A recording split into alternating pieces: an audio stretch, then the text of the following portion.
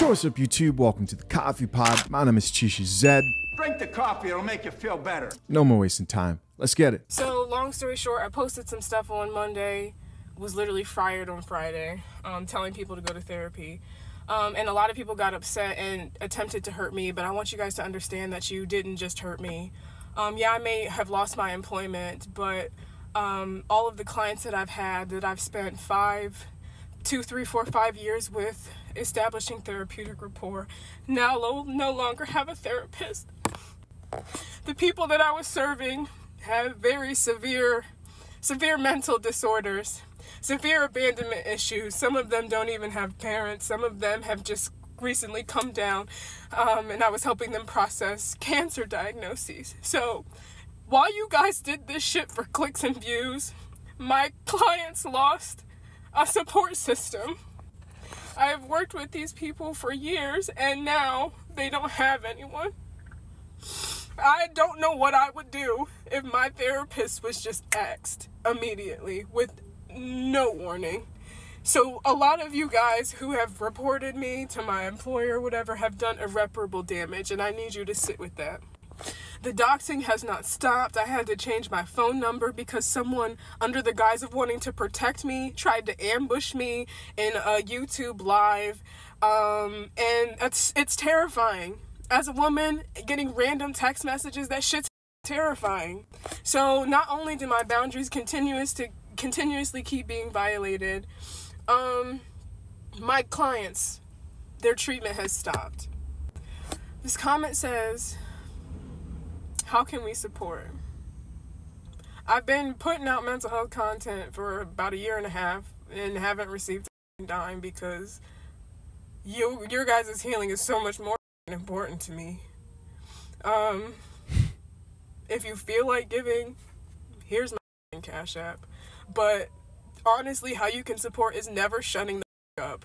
It's true allyship.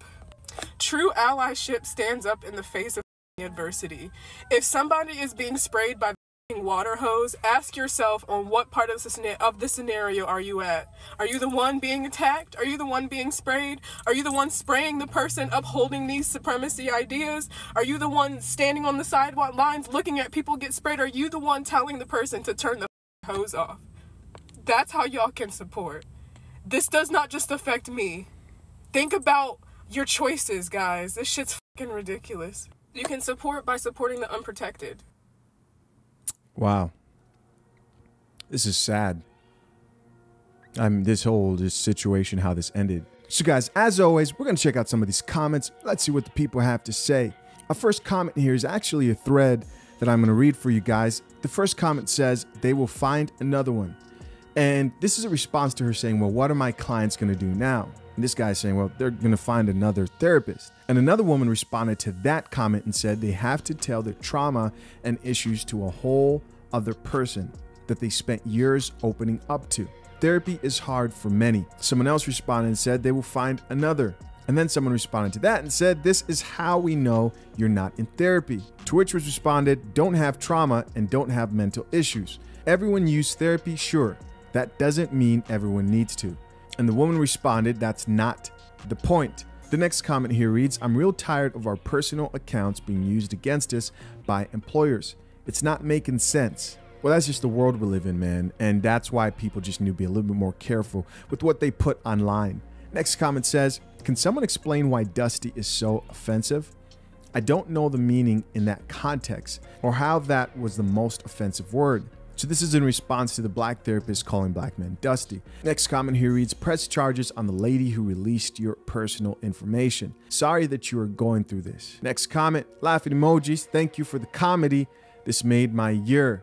Clapping emojis. This guy says this is why you don't flex. Be humble or be humbled. Lesson learned. The laughing emoji.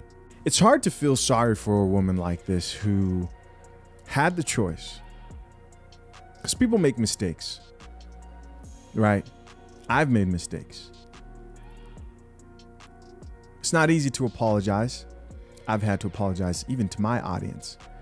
And if you're not able to realize where you might have gone wrong, then no one can really help you. I mean, I'm looking at this woman, I'm just like, ma'am, you look like you're the one that needs help right now. You're the one that needs therapy.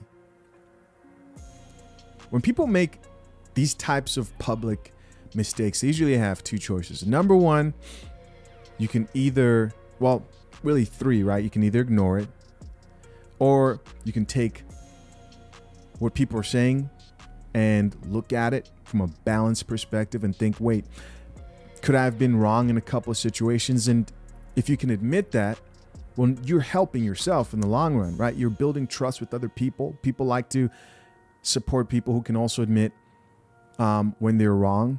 I know she probably is in like a echo chamber on TikTok of women who are encouraging her to be a victim.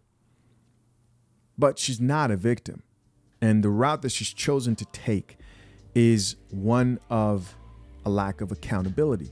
She made mistakes that she did not fess up to. Apologies needed to be made, but instead she plays victim, blames other people.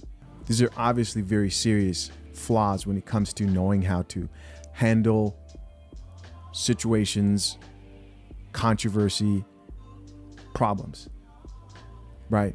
What I see when I look at this, I see somebody who has the opportunity to say, hey, I was wrong. I shouldn't have done A, B, and C.